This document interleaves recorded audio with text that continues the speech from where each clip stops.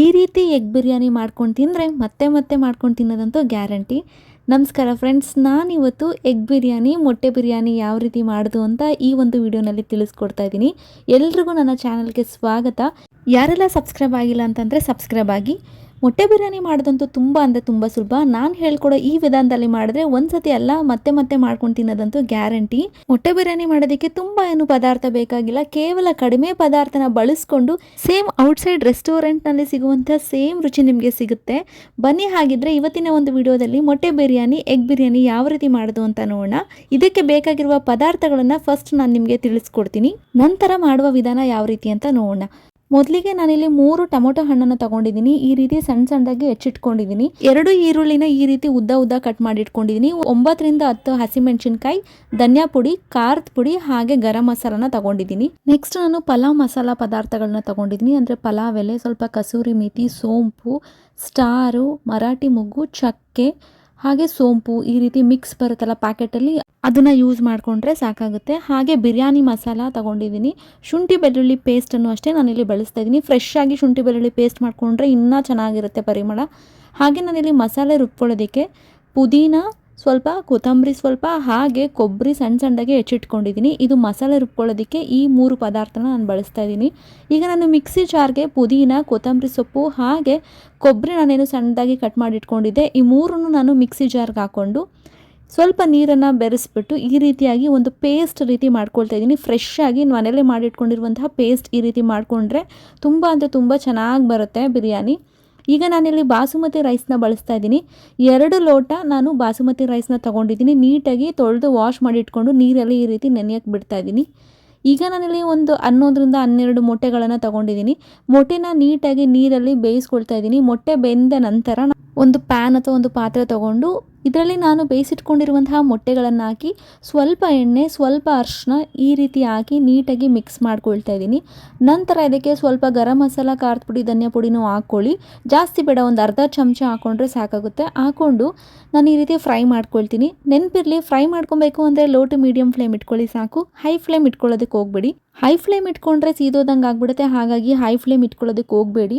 ಇದು ಕಂದು ಬಣ್ಣ ಬರಬೇಕಾಗುತ್ತೆ. ಒಂದು ಗೋಲ್ಡನ್ ಬ್ರೌನ್ ಕಲರ್ ಬಂದರೆ ಚೆನ್ನಾಗಿರುತ್ತೆ. ನೋಡಿ, ಈ ರೀತಿಯಾಗಿ ಟರ್ನ್ ಮಾಡ್ತಾ ಇರಿ, ಆ ಕಡೆ ಈ ಕಡೆ ಉಲ್ಟಾ ಮಾಡ್ತಾ ಇರಿ. ನೋಡಿ, ಈ ರೀತಿಯಾಗಿ ಒಂದು ಕಂದು ಬಣ್ಣ, ಒಂದು ಗೋಲ್ಡನ್ ಬ್ರೌನ್ ಕಲರ್ ಬಂದರೆ ತುಂಬ ಚೆನ್ನಾಗಿರುತ್ತೆ, ರೋಸ್ಟ್ ಆಗಿರುತ್ತೆ. ಈಗ ನಾನು ಬಿರಿಯಾನಿ ಮಾಡೋದಕ್ಕೆ ಒಂದು ಪಾತ್ರೆ ತೊಗೊಂಡಿದ್ದೀನಿ. ಈ ರೀತಿ ಅಗಲವಾದ ಪಾತ್ರೆ ತೊಗೊಂಡ್ರೆ ಮಾಡೋದಕ್ಕಂತೂ ತುಂಬ ಸುಲಭ ಆಗುತ್ತೆ. ಸ್ವಲ್ಪ ಎಣ್ಣೆ ಹಾಕ್ಕೊಂಡು, ಎಣ್ಣೆ ಕಾದ ನಂತರ ನಾನು ಪಲಾವ್ ಮಸಾಲೆ ಐಟಮ್ಸ್ ಏನು ಹೇಳಿದೆ ಅಷ್ಟನ್ನು ಇಲ್ಲಿ ಹಾಕ್ಕೊಳ್ತಾ ಇದ್ದೀನಿ.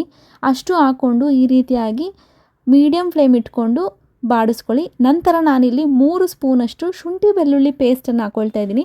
ನೋಡಿ, ಶುಂಠಿ ಬೆಳ್ಳುಳ್ಳಿ ಪೇಸ್ಟ್ ಹಾಕ್ಕೊಂಡು ಈ ರೀತಿಯಾಗಿ ಮಿಕ್ಸ್ ಮಾಡ್ಕೊಳ್ತಾ ಇದ್ದೀನಿ. 9 ರಿಂದ 10 ಹಸಿಮೆಣಸಿನಕಾಯಿನ ಬಳಸ್ತಾ ಇದ್ದೀನಿ. ಹಾಗೆ 2 ಈರುಳ್ಳಿ ಈ ರೀತಿಯಾಗಿ ಉದ್ದ ಕಟ್ ಮಾಡ್ಕೊಂಡು ಹಾಕ್ಕೊಂಡಿದ್ದೀನಿ. ಬಿರಿಯಾನಿ ಮಾಡ್ಕೊಳ್ತಾ ಇದ್ದೀರಾ ಅಂತಂದರೆ ಈ ರೀತಿ ಉದ್ದನೇ ಕಟ್ ಮಾಡ್ಕೊಳ್ಳಿ. ಸಣ್ಣದಾಗಿ ಹೆಚ್ಚಿಟ್ಕೊಂಡ್ರೆ ಚೆನ್ನಾಗಿರಲ್ಲ. ಈಗ ಇದು ಗೋಲ್ಡನ್ ಬ್ರೌನ್ ಬರೋವರೆಗೂ, ಕಂದು ಬಣ್ಣ ಬರೋವರೆಗೂ ಬಾಡಿಸ್ಕೋಬೇಕು. ನಂತರ ನಾನಿಲ್ಲಿ 3 ಟೊಮೆಟೊ ಹಣ್ಣನ್ನು ಸಣ್ಣದಾಗಿ ಹೆಚ್ಚಿಟ್ಕೊಂಡು ಈ ರೀತಿ ಹಾಕ್ಕೊಳ್ತಾ ಇದ್ದೀನಿ. ಈಗ ನೋಡಿ, ನೀಟಾಗಿ ಫ್ರೈ ಮಾಡ್ಕೊಳ್ತಾ ಇದ್ದೀನಿ. 2 ರಿಂದ 3-4 ನಿಮಿಷ ನೀಟಾಗಿ ಫ್ರೈ ಮಾಡ್ಕೊಳ್ತಾ ಇದ್ದೀನಿ, ಯಾಕಂದರೆ ಟೊಮೊಟೊ ಎಲ್ಲ ನೀಟಾಗಿ ಫ್ರೈ ಆಗಲಿ ಅಂತ. ಈಗ ನಾನೇನು ಮಸಾಲ ರೆಡಿ ಮಾಡಿ ಇಟ್ಕೊಂಡಿದ್ದೆ ಪೇಸ್ಟು, ಈ ಒಂದು ಪೇಸ್ಟನ್ನು ಹಾಕ್ಕೊಳ್ತಾ ಇದ್ದೀನಿ. ಇದು ಹಸಿರು ಪೇಸ್ಟ್, ತುಂಬ ಸ್ಮೆಲ್ ಚೆನ್ನಾಗಿರುತ್ತೆ. ನಾವೇನು ರುಬ್ಬಿಟ್ಕೊಂಡಿದ್ವಿ, ಕೊತ್ತಂಬರಿ ಸೊಪ್ಪು, ಪುದೀನ ಹಾಗೆ ಕೊಬ್ಬರಿ ಹಾಕಿ ರುಬ್ಬಿಟ್ಕೊಂಡಿದ್ವಲ್ಲ, ತುಂಬ ಪರಿಮಳ ಚೆನ್ನಾಗಿರುತ್ತೆ. ಒಬ್ಬೊಬ್ಬರು ಇದೇ ಪೇಸ್ಟ್ಗೆ ಅಂದರೆ ಮಿಕ್ಸಿ ಜಾರ್ಗೆ ಹಸಿಮೆಣಸಿನ್ಕಾಯಿ ಹಾಕ್ಕೊಳ್ತಾರೆ ಖಾರ ಬೇಕಂತಂದರೆ. ನಾನು ರುಬ್ಬೋದಕ್ಕೆ ಹಸಿಮೆಣಸಿನ್ಕಾಯಿ ಹಾಕಿಲ್ಲ. ನಂತರ ನಾನಿಲ್ಲಿ 1 ಸ್ಪೂನ್ ಗರಂ ಮಸಾಲ, 1 ಸ್ಪೂನ್ ಧನಿಯಾ ಪುಡಿ, ಅರ್ಧ ಸ್ಪೂನ್ ಖಾರದ ಪುಡಿ ಹಾಗೆ 1 ಸ್ಪೂನ್ ಬಿರಿಯಾನಿ ಮಸಾಲಾನ ಹಾಕ್ಕೊಂಡಿದ್ದೀನಿ. ಅದನ್ನು ನೀಟಾಗಿ ಈ ರೀತಿಯಾಗಿ ಮಿಕ್ಸ್ ಮಾಡ್ಕೊಳ್ತಾ ಇದ್ದೀನಿ. ನಾನು ಮಿಕ್ಸಿ ಜಾರ್ಗೆ ನಾನು ಹೇಳ್ದಾಗೆ ಹಸಿಮೆಣಸಿನ್ಕಾಯಿ ಹಾಕಿಲ್ಲ, ಯಾಕಂತಂದರೆ ಅಲ್ಲಿ ಹಾಕ್ಕೊಂಡ್ರೆ ತುಂಬ ಖಾರ ಜಾಸ್ತಿ ಆಗಿಬಿಡುತ್ತೆ. ನಾನಿಲ್ಲಿ ಖಾರದ ಪುಡಿನ ಬಳಸ್ತಾ ಇದ್ದೀನಿ. ಆ್ಯಂಡ್ ಹಸಿಮೆಣಸಿನ್ಕಾಯಿನ ಡೈರೆಕ್ಟಾಗಿ ಹಾಗೆಯೇ ಫ್ರೈ ಮಾಡೋದಕ್ಕೆ ಎಣ್ಣೆನಲ್ಲಿ ಹಾಕ್ಕೊಂಡಿದ್ದೀನಿ. ಈ ರೀತಿ ಮಾಡಿಕೊಂಡ್ರೆ ತುಂಬ ಖಾರ ಅನಿಸಲ್ಲ, ಆದರೆ ತುಂಬ ರುಚಿ ಚೆನ್ನಾಗಿರುತ್ತೆ. ಉಪ್ಪು ಖಾರ ಎಲ್ಲ ನೀಟಾಗಿರುತ್ತೆ ಇದರಲ್ಲಿ. ರುಬ್ಕೊಳ್ಳೋದಕ್ಕೆ ಹಾಕ್ಕೊಂಡ್ರೆ ಸ್ವಲ್ಪ ಘಾಟ್ ಹಸಿಮೆಣಸಿನ್ಕಾಯಿ ಘಾಟ್ ಹೊಡೆದು ಸ್ವಲ್ಪ ಖಾರ ಆಗಿಬಿಡುತ್ತೆ. ನಂತರ ಇಲ್ಲಿ ನಾನು ಸ್ವಲ್ಪ ಚಿಟಿಕೆ ಅರಿಶಿನ ಹಾಕ್ಕೊಂಡು ನೀಟಾಗಿ ಈ ರೀತಿಯಾಗಿ ಮಿಕ್ಸ್ ಮಾಡ್ಕೊಳ್ತಾ ಇದ್ದೀನಿ. ಇದು 3-4 ನಿಮಿಷ ಇದೇ ರೀತಿ ಫ್ರೈ ಆಗಬೇಕು, ಯಾಕಂತಂದರೆ ಎಣ್ಣೆ ಎಲ್ಲ ನೀಟಾಗಿ ಬಿಟ್ಕೊಬೇಕು. ಹಸಿ ಮಸಾಲ ಏನು ಹಾಕಿದ್ವಿ ನೀಟಾಗಿ ಆ ಸ್ಮೆಲ್ ಹೋಗ್ಬಿಟ್ಟು ನೀಟಾಗಿ ಬೆಂದರೆ ಚೆನ್ನಾಗಿರುತ್ತೆ. ನಂತರ ನಾನೇನು ಅಕ್ಕಿ ತೊಳೆದು ವಾಶ್ ಮಾಡಿ ಇಟ್ಕೊಂಡು ಒಂದು ಅರ್ಧ ಗಂಟೆ ನೆನೆಸಿಟ್ಟಿದ್ದೆ. ಅದನ್ನು ನಾನಿಲ್ಲಿ ಹಾಕ್ಕೊಳ್ತಾ ಇದ್ದೀನಿ. ಬಾಸುಮತಿ ರೈಸ್ನ ಬಳಸ್ತಾ ಇದ್ದೀನಿ, ಯಾಕಂತಂದರೆ ತುಂಬ ರುಚಿಯಾಗಿರುತ್ತೆ. ಸೋನಾ ಮಸೂರಿನೂ ಬಳಸ್ಬೋದು, ಆದರೆ ಬಿರಿಯಾನಿ ಅಂತಂದರೆ ಬಾಸುಮತಿ ರೈಸ್ ಹಾಕಿದ್ರೆ ರುಚಿ ಹೆಚ್ಚಾಗುತ್ತೆ. ಹಾಗಾಗಿ ನಾನಿಲ್ಲಿ ಬಾಸುಮತಿ ರೈಸ್ನ ತೊಗೊಂಡಿದ್ದೀನಿ. 2 ಲೋಟ ಬಾಸುಮತಿ ರೈಸ್ನ ನಾನಿಲ್ಲಿ ಹಾಕ್ಕೊಂಡಿದ್ದೀನಿ. ಇದನ್ನು ನೀಟಾಗಿ ಮಸಾಲೆ ಎಲ್ಲ ನಾವೇನು ಹಾಕಿದ್ವಿ ಪೇಸ್ಟು ಅದೆಲ್ಲ ನೀಟಾಗಿ ಈ ರೈಸ್ಗೆ ಅಕ್ಕಿ ಕಾಳುಗಳಿಗೆಲ್ಲ ನೀಟಾಗಿ ಇಟ್ಕೊಂಡ್ರೆ ತುಂಬ ಅಂದರೆ ತುಂಬ ಚೆನ್ನಾಗಿ ಬರುತ್ತೆ ರುಚಿ. ಹಾಗಾಗಿ ಅಕ್ಕಿ ಹಾಕಿದ್ಮೇಲೆ ಈ ರೀತಿಯಾಗಿ ಮಿಕ್ಸ್ ಮಾಡಿ ನಂತರ ನೀರನ್ನು ಹಾಕ್ಕೊಳ್ಳಿ. ಒಬ್ಬೊಬ್ರು ಏನು ಮಾಡ್ತಾರೆ, ನೀರು ಹಾಕಿದ್ಮೇಲೆ ಅಕ್ಕಿ ಹಾಕ್ಕೊಳ್ತಾರೆ. ಆ ರೀತಿ ನಾನು ಮಾಡೋದಿಲ್ಲ. ಫಸ್ಟು ನಾನು ಅಕ್ಕಿ ಹಾಕಿ ನೀಟಾಗಿ ಮಸಾಲ ಪದಾರ್ಥ ಎಲ್ಲ ಅದಕ್ಕೆಲ್ಲ ಹಿಡ್ದಾದ್ಮೇಲೆ ನಂತರ ನಾನು ನೀರನ್ನು ಹಾಕ್ಕೊಳ್ತೀನಿ. ಈ ರೀತಿ ಮಾಡೋದ್ರಿಂದ ರುಚಿ ತುಂಬ ಅಂದರೆ ತುಂಬ ಚೆನ್ನಾಗಿರುತ್ತೆ. ನಂತರ ರುಚಿಗೆ ತಕ್ಕಷ್ಟು ನಾನಿಲ್ಲಿ ಕಲ್ಲುಪ್ಪನ್ನು ಬಳಸ್ತಾ ಇದ್ದೀನಿ. ಕಲ್ಲುಪ್ಪನ್ನು ಬಳಸಿದ್ರೆ ತುಂಬ ಅಂದರೆ ತುಂಬ ರುಚಿ ಚೆನ್ನಾಗಿರುತ್ತೆ. ಹಾಗಾಗಿ ಪುಡಿ ಉಪ್ಪು ಬದಲು ನೀವು ಈ ರೀತಿ ಬಿರಿಯಾನಿ ಎಲ್ಲ ಮಾಡ್ತಿದ್ರೆ ಕಲ್ಲುಪ್ಪು ಹಾಕ್ಕೊಳ್ಳಿ, ತುಂಬ ಅಂದರೆ ತುಂಬ ಚೆನ್ನಾಗಿರುತ್ತೆ. ನಂತರ ನಾನಿಲ್ಲಿ ಏನು ಮೊಟ್ಟೆನ ಫ್ರೈ ಮಾಡಿ ಇಟ್ಕೊಂಡಿದ್ನಲ್ಲ, ಈ ಮೊಟ್ಟೆಗಳನ್ನು ಇವಾಗ ನಾನು ಬೆರೆಸ್ತಾ ಇದ್ದೀನಿ. ಫಸ್ಟೇ ಹಾಕೊಳ್ಳೋದಕ್ಕೆ ಹೋಗ್ಬಿಡಿ, ಯಾಕಂತಂದರೆ ಮೊಟ್ಟೆ ಸಾಫ್ಟಾಗಿರೋದ್ರಿಂದ ಮೊಟ್ಟೆ ಕಟ್ ಆಗಿಬಿಡುತ್ತೆ. ಹಾಗಾಗಿ ಅಕ್ಕಿ ಹಾಕಿ ನೀರೆಲ್ಲ ಹಾಕಿ ನಂತರ ನೀವು ಮೊಟ್ಟೆಗಳನ್ನು ಸೇರಿಸ್ಕೊಳ್ಳಿ. ಈ ರೀತಿ ಮಾಡೋದ್ರಿಂದ ಮೊಟ್ಟೆ ಕಟ್ ಆಗೋದಿಲ್ಲ. ನೀಟಾಗಿ ಯಾವ ರೀತಿ ಹಾಕಿರ್ತೀವಿ ಅದೇ ರೀತಿ ಕಂಪ್ಲೀಟಾಗಿ ಮೊಟ್ಟೆ ಬೇಯುತ್ತೆ. ಇವಾಗ ನೀಟಾಗಿ ಮಿಕ್ಸ್ ಮಾಡಿಬಿಟ್ಟು ನಾನು ಇದನ್ನು ಒಂದು 3-4 ನಿಮಿಷ ಪ್ಲೇಟ್ ಮುಚ್ಚಿ ಬೇಯೋದಕ್ಕೆ ಬಿಡ್ತೀನಿ. ಯಾಕಂತಂದರೆ ಇವಾಗ ತಾನೇ ನೀರು ಹಾಕಿರೋದ್ರಿಂದ ಅದು ನೀಟಾಗಿ ಕುದಿ ಬರಲಿ ಅಂತ. ಈಗ ನೋಡಿ 3-4 ನಿಮಿಷ ಆದಮೇಲೆ ನಾನೀಗ ಪ್ಲೇಟ್ ತೆಗ್ದಿದ್ದೀನಿ, ಎಷ್ಟು ಚೆನ್ನಾಗಿ ನೀಟಾಗಿ ಕುದಿ ಬಂದಿದೆ ಅಂತ. ಈಗ ಅಕ್ಕಿ ಎಲ್ಲ ನೀಟಾಗಿ ಸ್ಲೋಲಿ ಬೇಯೋದಕ್ಕೆ ಸ್ಟಾರ್ಟ್ ಆಗಿದೆ. ಈಗ ಒಂದು ರೌಂಡ್ ಮಿಕ್ಸ್ ಮಾಡ್ತೀನಿ, ಯಾಕಂತಂದರೆ ಮಸಾಲ ಪದಾರ್ಥ ಎಲ್ಲ ಸಪ್ರೇಟ್ ಆಗಿರುತ್ತೆ, ಎಣ್ಣೆ ಎಲ್ಲ ಬೇರೆ ಕಡೆ ಬಂದು ನೀರೆಲ್ಲ ಸಪ್ರೇಟ್ ಆಗಿರುತ್ತೆ. ಹಾಗಾಗಿ ನೀಟಾಗಿ ಒಂದು ರೌಂಡ್ ಮಿಕ್ಸ್ ಮಾಡಿ ಕುದಿ ಬಂದಮೇಲೆ ಈ ರೀತಿಯಾಗಿ ಮಿಕ್ಸ್ ಮಾಡೋವಾಗ ಹುಷಾರು, ಯಾಕಂತಂದರೆ ಮೊಟ್ಟೆ ಎಲ್ಲ ತುಂಬ ಸಾಫ್ಟಾಗಿರುತ್ತೆ. ನಾನು ಹೇಳ್ದಾಗೆ ಆವಾಗಲೇ ಕಟ್ಟಾಗೋ ಚಾನ್ಸಸ್ ಇರುತ್ತೆ. ಹಾಗಾಗಿ ನೋಡಿಕೊಂಡು ನೀವು ಮಿಕ್ಸ್ ಮಾಡಿ, ಇಲ್ಲ ಅಂತಂದರೆ ಮೊಟ್ಟೆ ಕಟ್ಟಾಗ್ಬಿಡುತ್ತೆ. ಹಾಗೆ ಬಾಸುಮತಿ ರೈಸು ಅಷ್ಟೇ ತುಂಬ ಸಾಫ್ಟಾಗಿರೋದ್ರಿಂದ ಅದು ಕಟ್ಟಾಗ್ಬಿಡುತ್ತೆ.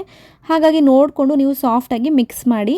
ಈಗ ನಾನು ಪ್ಲೇಟ್ ಮುಚ್ಚಿ ಒಂದು 10-15 ನಿಮಿಷ ಬೇಯೋದಕ್ಕೆ ಬಿಟ್ಬಿಡ್ತೀನಿ. ಲೋ ಫ್ಲೇಮ್ ಇಡಿ, ಹೈ ಫ್ಲೇಮ್ ಇಟ್ಟರೆ ಯಾಕಂತಂದರೆ ಅಕ್ಕಿ ಬೇಯೋದಿಲ್ಲ. ಹಾಗಾಗಿ ಲೋ ಫ್ಲೇಮ್ ಇಟ್ಟು ಒಂದು ಪ್ಲೇಟ್ ಮುಚ್ಚಿ ಇದನ್ನು ಬೇಯೋದಕ್ಕೆ ಬಿಟ್ಬಿಡ್ತೀನಿ. ಒಂದು 15 ನಿಮಿಷ ಆದಮೇಲೆ ಬಿರಿಯಾನಿ ರೆಡಿ ಆಗಿರುತ್ತೆ. ನಾನು ಬಾಸುಮತಿ ರೈಸ್ಗೆ ನೀರಿನ ಅಳತೆ ಯಾವ ರೀತಿ ತೊಗೊಂಡಿದ್ದೀನಿ ಅಂತಂದರೆ 2 ಲೋಟ ಬಾಸುಮತಿ ರೈಸ್ಗೆ 3.5 ಲೋಟದಷ್ಟು ನೀರು ತೊಗೊಂಡಿದ್ದೀನಿ. ಸೋನಾ ಮಸೂರಿ ಆಗಿರೋ 2 ಲೋಟ ಅಕ್ಕಿಗೆ 4 ಲೋಟ ನೀರನ್ನು ಹಾಕ್ತಿದ್ದೆ. ಬಾಸುಮತಿ ಆಗಿರೋದ್ರಿಂದ 2 ಲೋಟ ಅಕ್ಕಿಗೆ 3.5 ಲೋಟ ನೀರು ಸಾಕಾಗುತ್ತೆ. ಈ ರೀತಿ ಹಾಕೋದ್ರಿಂದ ಅನ್ನ ಉದ್ರ ಬರುತ್ತೆ. ಈಗ ನೋಡಿ ಬಿರಿಯಾನಿ ರೆಡಿ ಆಗಿದೆ. ತುಂಬ ಉದ್ರ ಬಂದಿದೆ. ಪರಿಮಳ ಅಂತೂ ತುಂಬ ಚೆನ್ನಾಗಿ ಬರ್ತಿದೆ. ಆ್ಯಂಡ್ ಟೇಸ್ಟು ಅಷ್ಟೇ ಸೇಮ್ ಔಟ್ಸೈಡ್ ರೆಸ್ಟೋರೆಂಟ್ ಸ್ಟೈಲಲ್ಲಿ ಯಾವ ರೀತಿ ಸಿಗುತ್ತೆ ಅದೇ ರೀತಿಯಾಗಿ ರುಚಿ ಬರುತ್ತೆ. ನೋಡೋದಕ್ಕಂತೂ ತುಂಬ ಸಖತ್ತಾಗಿದೆ ಆ್ಯಂಡ್ ತಿನ್ನೋದಕ್ಕಂತೂ ಇನ್ನೂ ಚೆನ್ನಾಗಿದೆ. ನೀವು ಅಷ್ಟೇ ರೆಸಿಪಿನ ಮನೇಲಿ ಟ್ರೈ ಮಾಡಿ, ನಿಮಗೆ ಗೊತ್ತಾಗುತ್ತೆ ಯಾವ ರೀತಿ ಬಂದಿತ್ತು ಅಂತ. ತುಂಬ ಅಂದರೆ ತುಂಬ ಚೆನ್ನಾಗಿದೆ. ನಾವೇನು ಮಸಾಲೆ ಎಲ್ಲ ಹಾಕಿದ್ವಿ, ಉಪ್ಪು ಖಾರ ಎಲ್ಲ ಚೆನ್ನಾಗಿ ಹಿಡಿದಿದೆ. ತುಂಬ ಜನಕ್ಕೆ ಪಾತ್ರೆಯಲ್ಲಿ ಬಿರಿಯಾನಿ ಮಾಡಿದಾಗ ಅಥವಾ ಕುಕ್ಕರಲ್ಲಿ ಬಿರಿಯಾನಿ ಮಾಡಿದಾಗ ನೀರಿನ ಅಳತೆ ಗೊತ್ತಾಗಲ್ಲ, ತುಂಬ ಮುದ್ದೆ ಥರ ಆಗುತ್ತೆ. ಬಿರಿಯಾನಿ ಯಾವತ್ತು ಉದ್ರ ಇದ್ರೇ ತುಂಬ ಚೆನ್ನಾಗಿರುತ್ತೆ. ಹಾಗಾಗಿ ನೀರನ್ನು ಹಾಕೊಳ್ಳುವಾಗ ಸ್ವಲ್ಪ ನೋಡ್ಕೊಂಡು ಹಾಕ್ಕೊಳ್ಳಿ. ಈ ರೆಸಿಪಿನ ಮಾಡೋದಕ್ಕೆ ಜಾಸ್ತಿ ಸಮಯ ತಗೊಳ್ಳೋದೇ ಇಲ್ಲ. ರುಚಿ ಅಂತೂ ತುಂಬ ಅಂದರೆ ತುಂಬ ಚೆನ್ನಾಗಿರುತ್ತೆ. ನೀವು ಅಷ್ಟೇ ಇದನ್ನು ಮಾಡಿಬಿಟ್ಟು ಹೇಗೆ ಬಂತು ಅಂತ ಕಮೆಂಟ್ ಸೆಕ್ಷನಲ್ಲಿ ತಿಳಿಸಿ. ಆ್ಯಂಡ್ ಯಾರೆಲ್ಲ ನಮ್ಮ ಚಾನಲ್ಗೆ ಇನ್ನೂ ಸಬ್ಸ್ಕ್ರೈಬ್ ಆಗಿಲ್ಲ ಅಂತಂದರೆ ಸಬ್ಸ್ಕ್ರೈಬ್ ಆಗಿ. ಯಾವುದೇ ವಿಡಿಯೋ ಅಪ್ಲೋಡ್ ಮಾಡಿದಾಗ ನಿಮಗೆ ನೋಟಿಫಿಕೇಷನ್ ಬರುತ್ತೆ. ಮುಂದಿನ ಒಂದು ವಿಡಿಯೋದಲ್ಲಿ ಸಿಗ್ತೀನಿ. Thank you so much. ಧನ್ಯವಾದಗಳು ವೀಕ್ಷಕರೇ.